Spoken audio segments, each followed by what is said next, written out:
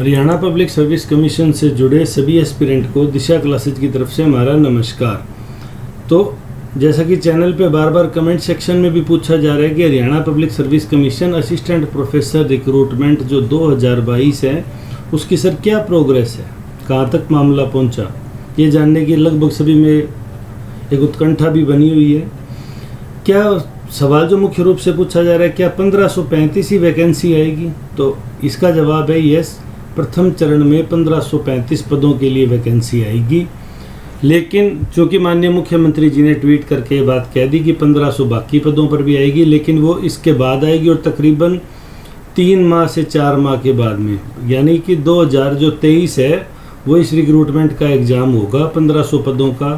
कारण 2024 में इलेक्शन है, आचार संहिता लगेगी, पहले लोकसभा की फिर विधानसभा की, इसलिए 2023 में सभी एग्जाम इन्हें कंडक्ट करवाने हैं। तो बाकी 1500 पदों की वैकेंसी कब आएगी? तो मैंने कहा जब ये आएगी उसके बाद। फिर वापस वही सवाल, सर ये कब आएगी? तो अभी आदर्श आचार संहिता लग रही है हरियाणा में, क्योंकि पंचायत चुनाव घोषित हो रहे हैं।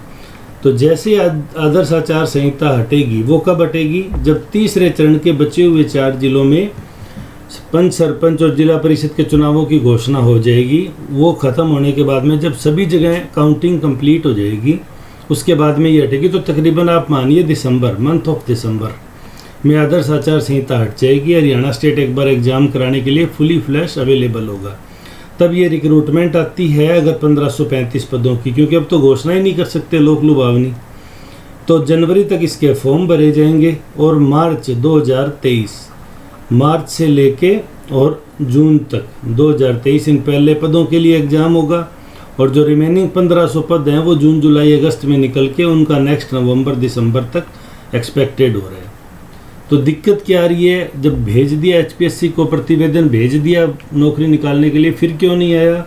क्योंकि अभी तक इस पे कमेटी ने निर्णय नहीं लिया है कि भर्ती API स्कोर से करनी है या ऑब्जेक्टिव एग्ज़ाम से।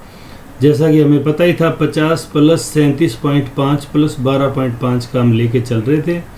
ये रिटर्न एग्ज़ाम था, ये एकेडमिक्स था और ये इंटरव्यू था। इन तीनों ग्राउंड पे सिलेक्शन हुआ करते थे।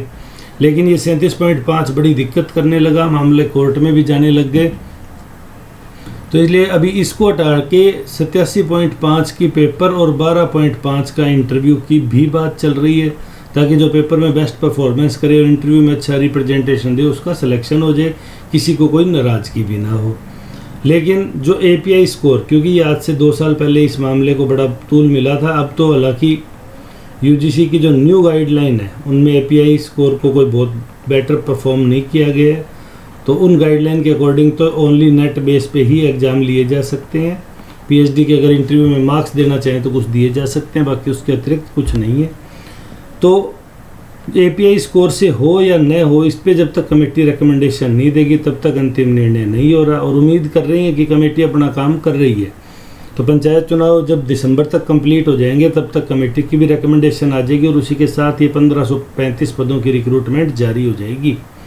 और ये 1535 पदों में जिन जिन सब्जेक्ट की आ गई वो निश्चिंत रहें, 1500 पदों में उनके लिए कोई रिक्रूटमेंट नहीं आएगी, क्योंकि एक बार उनकी रिक्रूटमेंट आ गई, अब वो अगली सरकार में ही उनकी नेक्स्ट रिक्रूटमेंट होगी। और ये जो इस बार नहीं आए मेजर सब्जेक्ट्स हैं जो, उनकी नेक्स्ट 1500 पदों में रिक्रूटमेंट आएगी। तो ये मामला चलेगा। अभी हरियाणा में अगला साल है वो काफ़ी नौकरियां देने वाला साल बनने वाला है, तो आप तैयारी करते रहें।